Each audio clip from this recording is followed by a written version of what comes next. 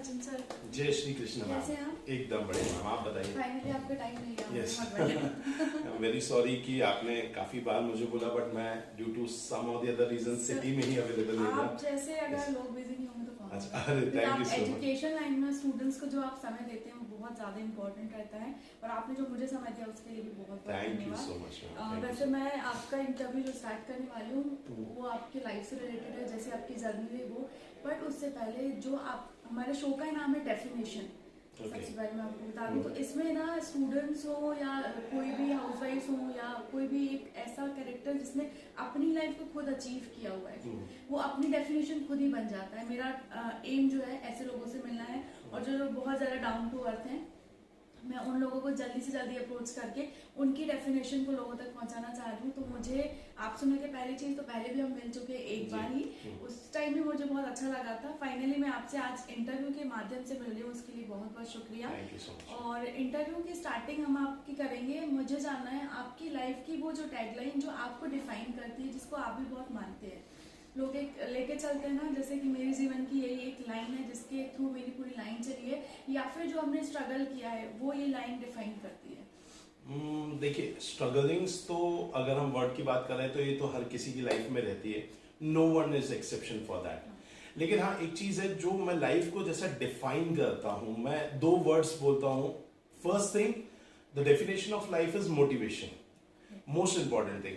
And second thing, ये जो motivation आएगा ये कब आएगा? जब आप लोगों से कुछ अलग करेंगे। ऑब्वियस है, तो हम इनसाइड जो एक मोटिवेशन होता है वो तभी आता है जब हम देखते हैं, अरे वाह, ये कुछ लोगों ने ये चीज अचीव नहीं की, but I am the person जिसने वो चीज अचीव की है।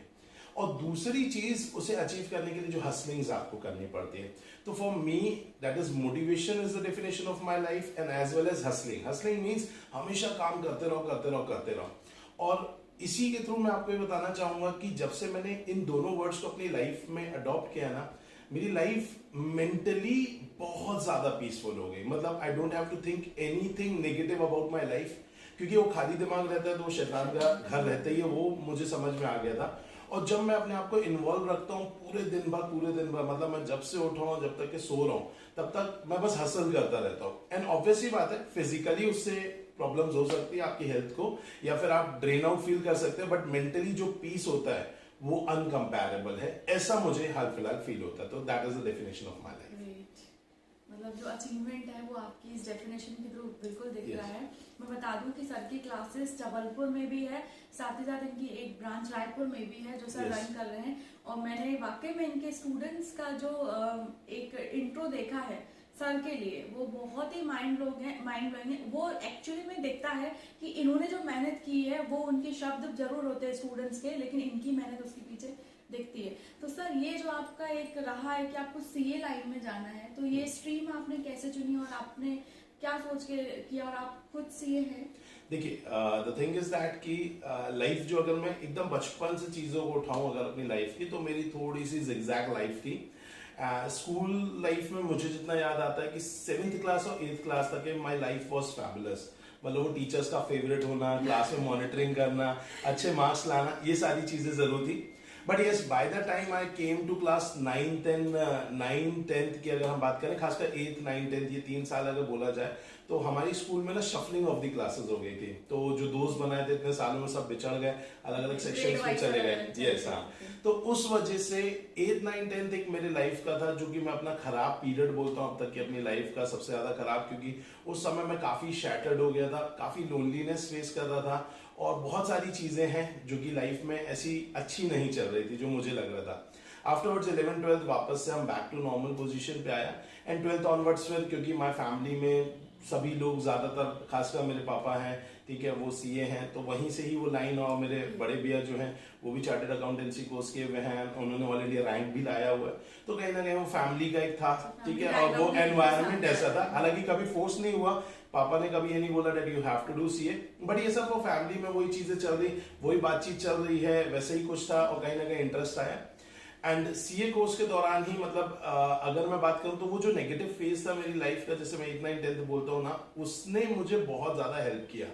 और साथ ही साथ अगेन एक बार जब मैं सीए में एंटर हुआ, और उसके बाद अगेन मुझे एक सिटी, अपनी जबलपुर एज अ सिटी वापस से छोड़नी पड़ी और मुझे नागपुर जाना पड़ा क्योंकि मुझे पढ़ाई करनी थी। तो आगे मैं गया, फिर अगेन वो फ्रेंड से दूर और अपनी फैमिली से दूर, अगेन वो शैटरिंग पॉइंट था मेरी लाइफ का। बट मैं आपको ये बताना चाहूंगा कि आज जो भी मैंने हासिल किया अपनी लाइफ में, बहुत छोटा सा है, ऐसा कुछ बहुत बड़ी चीज हासिल नहीं की, लेकिन जितना भी हासिल किया ना, मैं क्रेडिट उन दोनों सालों को देना चाहूंगा, दैट इज 8, 9, 10, वो जो एक फेज है साल बोलने के लिए, वो फेज को, और जो मेरा हॉस्टल फेज रहा ना, वो उसमें भी स्टार्टिंग फेज मेरा हॉस्टल का काफी शैटरिंग था। मुझे याद है कि मैं रोया भी करता था हॉस्टल में, बट यस उसके बावजूद मतलब वो 2 पीरियड्स ऐसे थे मेरी लाइफ के जिन्होंने मुझे आज बिल्ड किया है।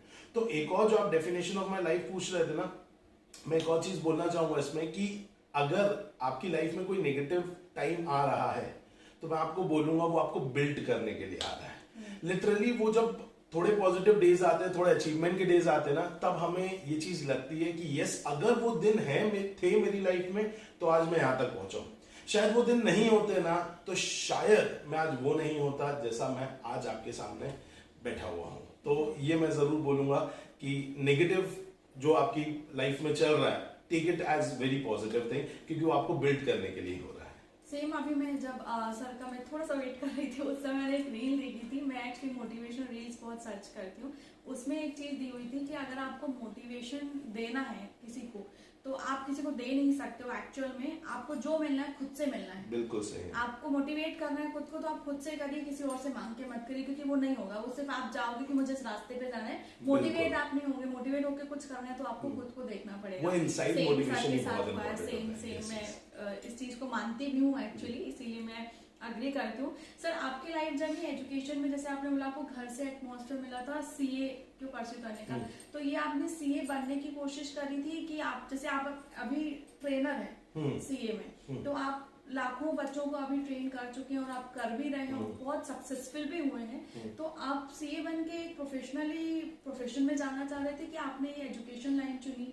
ये एजुकेशन लाइन कैसे डिफरेंट? बेसिकली क्या हुआ कि जब मैं आर्टिकलशिप टाइम पे था, तब तो मैं अपने कुछ समय मैंने अपने पापा की ही फर्म में भी वर्किंग किया है, ठीक है, मतलब उनके पार्टनर के अंदर रजिस्टर होकर के। तो कहीं ना उस समय मुझे ये था कि I want to become as my father, क्योंकि हमें क्लाइंट्स हैंडल करना है अपने पापा के, इतना जो उन्होंने प्रोफेशनली इतना अपने आप को जो लेवल पे लाया है उससे अबव द लेवल जाना है। मेरा पूरा फोकस उसी में था while I was studying for CA examination.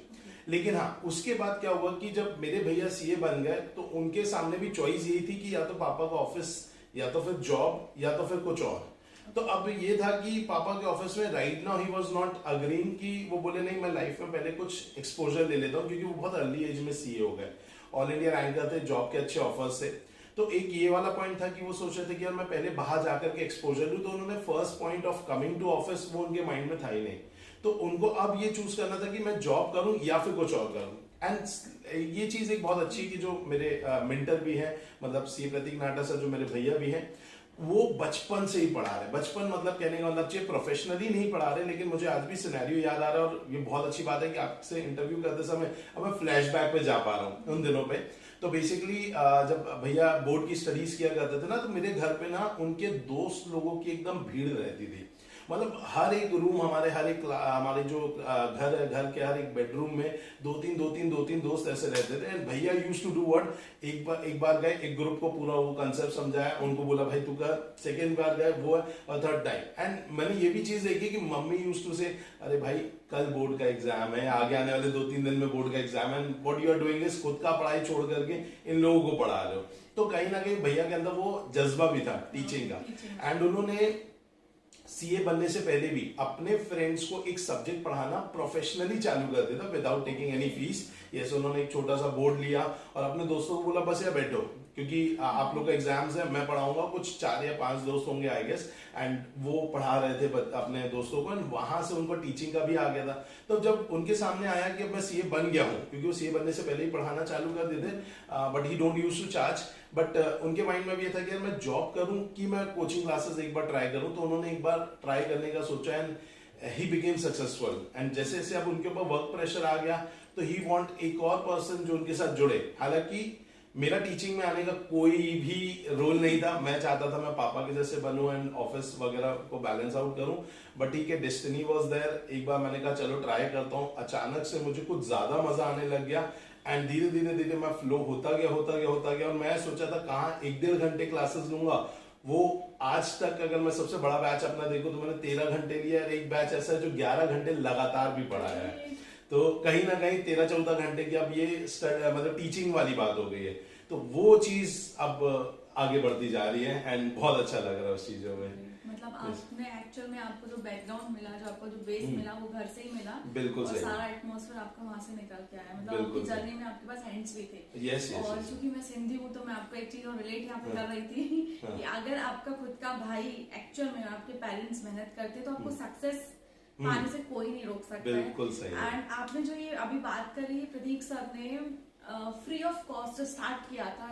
बोलना चाहिए खुद को ही वो मोटिवेट कर रहे थे, खुद को ही ग्रो अप करने की कोशिश कर रहे थे। उसी टाइम पे मुझे आपको सुपर 30 पता है? हाँ, सुपर 30 पता है। तो ये मैं एक्चुअली मुझे वो एक चीज याद आई, सेम चीज जो मूवी भी चली थी और जो सर भी है। तो मैं आपसे पूछना चाहूंगी, आजकल के जो इतने सारे टीचर्स निकल के आ रहे हैं, स्पेशली खान सर और जो आध्यात्मिक वाले उनके बारे में आप कुछ कहना चाहेंगे? बहुत ही अच्छी बात है। और खान सर जैसे सर हैं और भी बहुत सारे ऐसे लोग हैं जो इंस्पायर कर रहे हैं। एक्चुअली ना यूथ के रोल मॉडल्स अगर हम बात करें, आजकल हम क्या करते हैं, इंस्टाग्राम में रील देखा हमने या फिर सेलिब्रिटीज को देखा, तो होता ही है कि पहले सेलिब्रिटी मतलब वही जो स्क्रीन में टीवी पे एक्टिंग कर रहा है, बट राइट नाउ जो टीचर्स है ना वो भी सेलेब्स बन गए हैं। ऑब्वियसली जैसे आपने खान सर का नाम लिया तो वो सेलिब्रिटी ही है अपने आप में। एंड सेलिब्रिटी क्यों है? क्योंकि अगेन वो जो वाइब्स देते हैं, वो जो काम कर रहे हैं, वो एक पॉजिटिव नेचर का वर्क है। तो कहीं ना कहीं ऐसे लोग ऑब्वियसली बात है यूट्यूब पे है अवेलेबल, और भी लोग ऐसे जो जुड़ रहे हैं। आज की डेट में अगर मुझे बताना चाहिए कि लोग मतलब अपने आप को जैसे influencer, this is a new celebrity की कैटेगरी जो शायद हमने 3-4 साल पहले कभी नहीं सुनी थी। तो ये चीज अब आना चालू हो गई है। नो डाउट वो बहुत ही शानदार वर्किंग कर रहे हैं, यूथ को इंस्पायर कर रहे हैं। ऑब्वियसली है, अगर मैं बोलता हूँ उनको 100% लोग देखते हैं, 1% भी उनकी बातों से इंस्पायर होकर के सही दिशा पे काम करते हैं ना, तो मैं बोलता हूँ कि देश की तरक्की और अपनी सेल्फ डेवलपमेंट, इन दोनों चीजों को कोई नहीं रोक सकता है। तो ये बहुत इंपॉर्टेंट है। ये एक्चुअल में मैंने नाम इसलिए लिया, जैसे मैंने आपको पहले कहा था, मुझे डाउन टू अर्थ लोग वाले बहुत पसंद है और उन्हें अलग से मिलके पहचानने की जरूरत नहीं होती। जी। समझ में आता है कि कितना डाउन टू अर्थ है वो और किस तरीके से वो स्टूडेंट्स को ट्रीट करते हैं। मैंने देखा है टीचिंग एक ऐसी चीज है जहाँ पे आप अगर जितना झुक के चलेंगे उतना आपको सम्मान मिलता है। टीचर और भी मैं एक्चुअली ये बात इसलिए निकाल रही हूँ, जैसे आपने अभी बात की यूट्यूब में सेलेब्स बन गए टीचर्स, लेकिन एक्चुअल उनकी जो टीचिंग है वो चीज वो नहीं है। They are fighting for each other कि हमें एक अपना ब्रांड आगे करना है। कुछ लोग सिर्फ कर ही इसीलिए, तो वो चीज मुझे नहीं देखनी है आगे। और सेम मैं आपसे पूछना चाहूंगी कि आपका अपना यूट्यूब चैनल है जहाँ पे आप यस बेसिकली हमारा स्टूडेंट्स को कि ये करना चाहिए नहीं करना चाहिए। बेसिकली अभी यूट्यूब चैनल तो हमने एक बनाया था ड्यूरिंग कोविड एंड एक क्लासेस के नाम से बनाया हुआ यूट्यूब चैनल है मेरा। और उसमें हम वर्किंग करते हैं, लेकिन उसमें मेनली हम बस अपनी क्लासेस और अपनी चीज़ों को बेसिकली ज़्यादा प्रमोट करते हैं ताकि student can know about a teaching pattern.